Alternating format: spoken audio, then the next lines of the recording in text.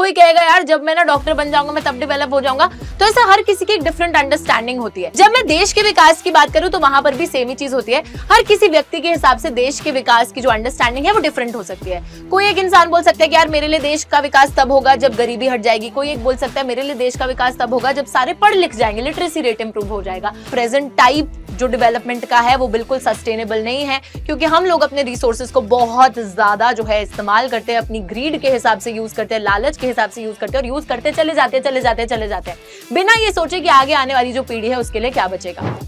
Hello guys, this is your educator Ujjwala पुंज और mind map series में आप सभी लोगों का स्वागत है। आज का चैप्टर होने वाला है डेवलपमेंट, जो कि हमारे इकोनॉमिक्स का फर्स्ट चैप्टर है और आज हम इस चैप्टर को कवर करेंगे हमारी माइंड मैप सीरीज में, वो भी अंडर 10 मिनट्स। तो जल्दी से शुरू कर लेते हैं आज की हमारी इस क्लास को। ध्यान से मेरी बात को समझ लेना, छोटू सा सेशन होगा तो हर एक वर्ड ध्यान से समझना, हर एक चीज को ढंग से सुनना। फटाफट से मैं चालू करती हूँ बच्चों। चैप्टर का नाम है डेवलपमेंट, यानी कि विकास। विकास का क्या मतलब होता है? जब हम लोग लाइफ में आगे बढ़ रहे हैं। अब वो हो सकता है कि जब मैं देश के विकास की बात करूं, नेशनल डेवलपमेंट की बात करूं तो देश के आगे बढ़ने की बात है। जब मैं इंडिविजुअल डेवलपमेंट की बात करूं तो एक इंसान के आगे बढ़ने की बात है। जैसे सबसे पहली चीज यहां पर इंडिविजुअल डेवलपमेंट आती है, तो let us talk about that only. ठीक है, what development promises different people different goals. बच्चों दो चीजों को समझना इंडिविजुअल डेवलपमेंट में। इंडिविजुअल की डेवलपमेंट का जो नोशन है, यानी कि मेरे लिए डेवलपमेंट का जो नोशन है कि विकास मेरे लिए क्या है, वो एक अलग चीज हो सकती है। आपके लिए डेवलपमेंट क्या है, वो आपकी एक अलग अंडरस्टैंडिंग हो सकती है, राइट। तो डिफरेंट पीपल डिफरेंट गोल्स, हर किसी की अपनी जो डेवलपमेंट की अंडरस्टैंडिंग है वो अलग हो सकती है। कोई कहेगा कि यार मैं तब डेवलप होऊंगा जब मैं पीएचडी कर लूंगा, कोई कहेगा जब मैं ज्यादा पैसे कमाऊंगा मैं तब डेवलप हो जाऊंगा, कोई कहेगा यार जब मैं ना डॉक्टर बन जाऊंगा मैं तब डेवलप हो जाऊंगा। तो ऐसा हर किसी की एक डिफरेंट अंडरस्टैंडिंग होती है। दूसरी चीज ये है कि कभी कभी what may be development for one can also be destruction for the other person. तो किसी एक का डेवलपमेंटल गोल किसी दूसरे के लिए बहुत हानिकारक यानी कि डिस्ट्रक्टिव भी साबित हो सकता है। जैसे कि अगर एक इंसान बोल रहा है कि यार मुझे ना डैम कंस्ट्रक्ट करना है और उससे ना डेवलपमेंट होगी, बट वहीं पे जो आसपास लोग रहते होंगे वो कहेंगे कि यार ये तो हमारे लिए डिस्ट्रक्शन है क्योंकि फिर हमारा घर बार उजड़ जाएगा, तो उनके लिए वो चीज डिस्ट्रक्टिव भी हो सकती है। तो ये दोनों चीजें समझ में आ गई। उसी के साथ बच्चों यहां पर बात आती है इनकम एंड अदर गोल्स। अब एक जो कॉमन डेवलपमेंटल गोल हर किसी के हिसाब से होगा वो होगा ज्यादा पैसा। तो जो जितना भी अमीर हो, मुकेश अंबानी तक भी बोलेंगे कि हमें और भी पैसा कमाना है, राइट। तो हर किसी का एक कॉमन डेवलपमेंटल गोल तो होता है पैसा, बट बच्चों कभी कभी पैसे से ज्यादा भी जरूरी चीजें होती हैं। जैसे कि यहां पर देखिए, बेटर वेजेस तो एक चीज है ही है, लेकिन equal treatment, freedom, job security, respect. तो कभी किसी नौकरी पे आपको बुलाया जाए, पैसा बहुत ज्यादा दे दिया जाता हो लेकिन आपको चपेट मार दी जाए वहां पर, तो फिर इज्जत जाती है ना। तो इस केस में आपकी इज्जत आपके लिए ज्यादा इंपॉर्टेंट होगी रादर देन मनी। सो इन सम सिनेरियोज रिस्पेक्ट, इक्वालिटी, फ्रीडम, कुछ ऐसे वैल्यूज, कुछ ऐसे आइडियल्स होते हैं जो इनकम से भी ज्यादा इंपॉर्टेंट होते हैं। इस वजह से when people look at development they look at a mix of goals, सिर्फ एक इनकम को नहीं देखते हैं। साथ ही में बच्चों यहां पर हम लोग बात करते हैं अपने नेशनल डेवलपमेंट की। जब मैं देश के विकास की बात करूं तो वहां पर भी सेम ही चीज होती है। हर किसी व्यक्ति के हिसाब से देश के विकास की जो अंडरस्टैंडिंग है वो डिफरेंट हो सकती है। कोई एक इंसान बोल सकता है कि यार मेरे लिए देश का विकास तब होगा जब गरीबी हट जाएगी। कोई एक बोल सकता है मेरे लिए देश का विकास तब होगा जब सारे पढ़ लिख जाएंगे, लिटरेसी रेट इंप्रूव हो जाएगा। और ऐसे बहुत अलग अलग अंडरस्टैंडिंग्स हो सकती हैं। और कभी कभी बच्चों यही जो अलग अलग लोगों की देश के विकास को लेकर सोच है वो कभी कभी आपस में टकरा भी सकती है ना। तो एक के लिए जो नेशनल डेवलपमेंट है वो दूसरे के लिए डिस्ट्रक्शन का रूप भी ले सकती है। जैसे कि बच्चों कोई इंसान सपोज फॉरेस्ट एरिया को काटना चाहता है और वहीं पे काट तो रहे हैं, लेकिन उसी के साथ साथ कुछ लोगों का घर बार जा रहा है उस चीज की वजह से। कुछ लोगों का जो फॉरेस्ट एरिया पर डिपेंडेंट होते हैं, ट्राइबल ग्रुप्स, उनको बुरा लग रहा है कि ये तो हम तो यहाँ से अपना जीवन यापन करते थे। तो वही वाली बात है, ठीक है।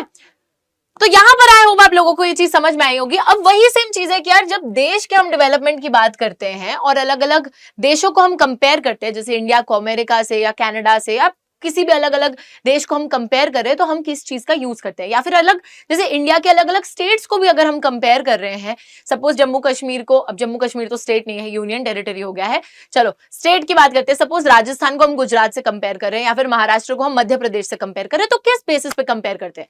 तो यहाँ पर एक चीज आती है टोटल इनकम। टोटल इनकम होती है income that is earned by all the residents living in that area. अब अगर मैं देश इंडिया की बात करूं और इंडिया की टोटल इनकम की बात करूं तो जितने लोग कमाते होंगे उनकी इनकम को टोटल इनकम करके टोटल इनकम तो आ जाएगी और ऐसे में कंपेयर भी कर सकती हूँ। बट बच्चों टोटल इनकम में दिक्कत ये होती है कि कभी कभी ज्यादा पॉपुलेशन होने की वजह से टोटल इनकम एक बहुत बड़ा नंबर दिखता है, बट हो सकता है कि वही नंबर अगर हम पॉपुलेशन से डिवाइड करें तो काफी कम हो। एवरेज इनकम की बात आ रही है, तो इसलिए टोटल इनकम से ज्यादा जो हमको चीज सही लगती है कंट्रीज को या स्टेट्स को कंपेयर करने के लिए वो होती है एवरेज इनकम, जिसको हम पर कैपिटा इनकम भी बोलते हैं। और पर कैपिटा इनकम को कैलकुलेट कैसे करते हैं हम लोग? Total income upon the population. अब एवरेज इनकम को तो हम यूज करते हैं कंट्रीज को कंपेयर करने के लिए और ये क्राइटेरिया अपनाया जाता है वर्ल्ड बैंक द्वारा।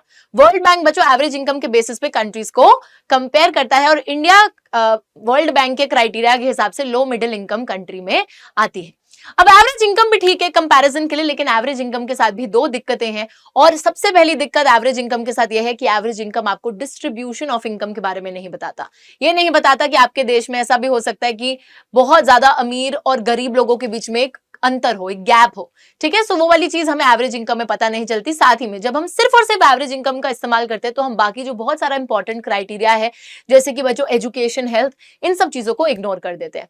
अब यहीं पर आता है हमारा यूनाइटेड नेशंस डेवलपमेंट प्रोग्राम यानी कि यूएनडीपी, जो कि निकालता है ह्यूमन डेवलपमेंट रिपोर्ट। और उस ह्यूमन डेवलपमेंट रिपोर्ट में पर कैपिटा इनकम के साथ साथ एजुकेशन और हेल्थ इंडिकेटर्स की मदद लेकर कंट्रीज को कंपेयर करा जाता है। अब बच्चों आपने देखा दो क्राइटेरिया, देखो वर्ल्ड बैंक सिर्फ पर कैपिटा इनकम के बेसिस पे कंट्रीज को कंपेयर कर रहा है, वहीं पे जो यूएनडीपी है वो अपनी ह्यूमन डेवलपमेंट रिपोर्ट के थ्रू कंट्रीज को जब कंपेयर कर रहा है तो वो पर कैपिटा इनकम के साथ साथ एजुकेशन और हेल्थ स्टेटस को भी ले रहा है, which is actually more accurate. फिर यार अगर हम फटाफट से आगे चले तो यहाँ पर बात आती है पब्लिक फैसिलिटीज की, यानी कि बच्चों वो सारी की सारी सुविधाएं जो सरकार हमको प्रोवाइड करती है। वो ऑब्वियस सी बात है, आपने देखा होगा कि गवर्नमेंट हॉस्पिटल्स होते हैं, गवर्नमेंट स्कूल्स होते हैं। ये सारी चीजें इसलिए होती है ताकि हम लोग अपना ह्यूमन रिसोर्स डेवलपमेंट कर सके। तो जो हमारे जितने भी नागरिक हैं वो और ज्यादा पढ़ लिख कर और ज्यादा स्किल फॉर्मेशन एक्वायर करके और हेल्दी रहकर देश के लिए एक एसेट साबित हो सके। अब ऑब्वियस सी बात है पब्लिक फैसिलिटीज बहुत ज्यादा जरूरी है बच्चों in order to actually improve the condition of any state और द कंट्री। जितना ज्यादा पब्लिक फैसिलिटीज हमको अच्छी मिलेंगी, ज्यादा अच्छे अस्पताल मिलेंगे सरकार द्वारा, ज्यादा अच्छे स्कूल मिलेंगे सरकार द्वारा जो कि अच्छी एजुकेशन प्रोवाइड करते होंगे, तो जाहिर सी बात है कि आपके जो देश की जनसंख्या होगी वो और बेहतर रूप में परफॉर्म कर पाएगी और बेहतर कमा पाएगी और आपके देश को और आगे लेकर जा पाएगी और देश की डेवलपमेंट कर पाएगी। जो लास्ट चीज यहां पर आती है इस चैप्टर में, that is the sustainability of development. ओहो हो, सीधे हो जाओ भाई, सस्टेनेबिलिटी ऑफ डेवलपमेंट। तो यार ये टर्म कोई नया टर्म तो है नहीं। सस्टेनेबल डेवलपमेंट का ये मतलब होता है कि प्रेजेंट डे की डेवलपमेंट भी करो, लेकिन इस तरीके से मत करो कि फ्यूचर डेवलपमेंट करने को कोई रिसोर्स बचे ही ना। सो हमें जो है प्रेजेंट लेवल्स ऑफ डेवलपमेंट बिल्कुल ठीक ठाक रखने चाहिए, अपनी जरूरत के हिसाब से रखने चाहिए, ताकि फ्यूचर जनरेशन के लिए भी हम रिसोर्सेज छोड़कर जाए, फ्यूचर जनरेशन की डेवलपमेंटल नीड्स को हैम्पर करे बिना। तो बच्चों हम लोग देखते हैं कि प्रेजेंट टाइप जो डेवलपमेंट का है वो बिल्कुल सस्टेनेबल नहीं है, क्योंकि हम लोग अपने रिसोर्सेज को बहुत ज्यादा जो है इस्तेमाल करते हैं, अपनी ग्रीड के हिसाब से यूज करते हैं, लालच के हिसाब से यूज करते हैं और यूज करते चले जाते हैं बिना ये सोचे कि आगे आने वाली जो पीढ़ी है उसके लिए क्या बचेगा।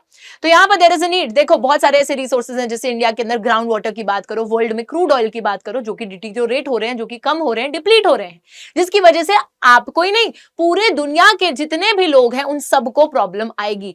Therefore there is a need for sustainable development, जहां पर आप अपनी सिर्फ नीड के हिसाब से रिसोर्सेज को यूज करिए, डेवलपमेंट को और आगे लेकर जाइए और ग्रीड के हिसाब से यूज मत कीजिए, ठीक है। तो इसी के साथ बच्चों डेवलपमेंट चैप्टर होता है complete. I hope you all liked this short series, छोटू मोटू series of our mind map, and I will see you guys in the next class. और किस किस चैप्टर का माइंड मैप चाहिए मुझे जरूर कमेंट्स में बताइएगा, लाइक जरूर कर दीजिएगा इस वीडियो को और अपने सारे दोस्तों में फैला दो, ठीक है। I will see you all next time, take care and bye bye.